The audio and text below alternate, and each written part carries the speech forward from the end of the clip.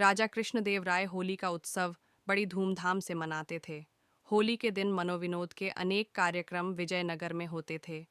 प्रत्येक कार्यक्रम के सफल कलाकार को पुरस्कार देने की व्यवस्था भी होती थी। सबसे बड़ा तथा सबसे मूल्यवान पुरस्कार महामूर्ख की उपाधि पाने वाले को दिया जाता था। तेनालीराम को हर साल सर्वश्रेष्ठ हास्य कलाकार का पुरस्कार तो मिलता ही था। अपनी चतुराई और बुद्धिमानी के बल पर प्रतिवर्ष महामूर्ख भी वहीं चुना जाता था।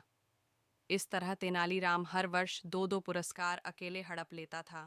इसी कारण अन्य दरबारियों को प्रतिवर्ष ईर्ष्या की आग में झुलसना पड़ता था। इस साल अन्य दरबारियों ने फैसला कर लिया था कि इस बार होली के उत्सव पर तेनालीराम का पत्ता ही साफ कर दिया जाए। उसके लिए उन्होंने एक तरकीब भी खोज ली थी। तेनालीराम के प्रमुख सेवक को पढ़ा सिखाकर उसके द्वारा तेनालीराम को छक कर भंग पिलवा दी गई। होली के दिन इसी कारण तेनाली भंग के नशे की तरंग में घर पर ही पड़ा रहा। दोपहर बाद जब तेनालीराम की नींद खुली तो वह घबरा गया और इसी घबराहट में भागता भागता दरबार में पहुंच गया। जब वह दरबार में पहुंचा तब तक उत्सव में आधे से अधिक कार्यक्रम संपन्न हो चुके थे।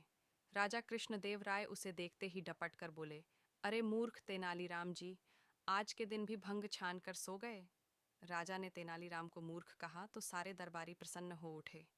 उन्होंने भी राजा की हाँ में हाँ मिलाई और बोले, आपने बिल्कुल सत्य ही कहा महाराज।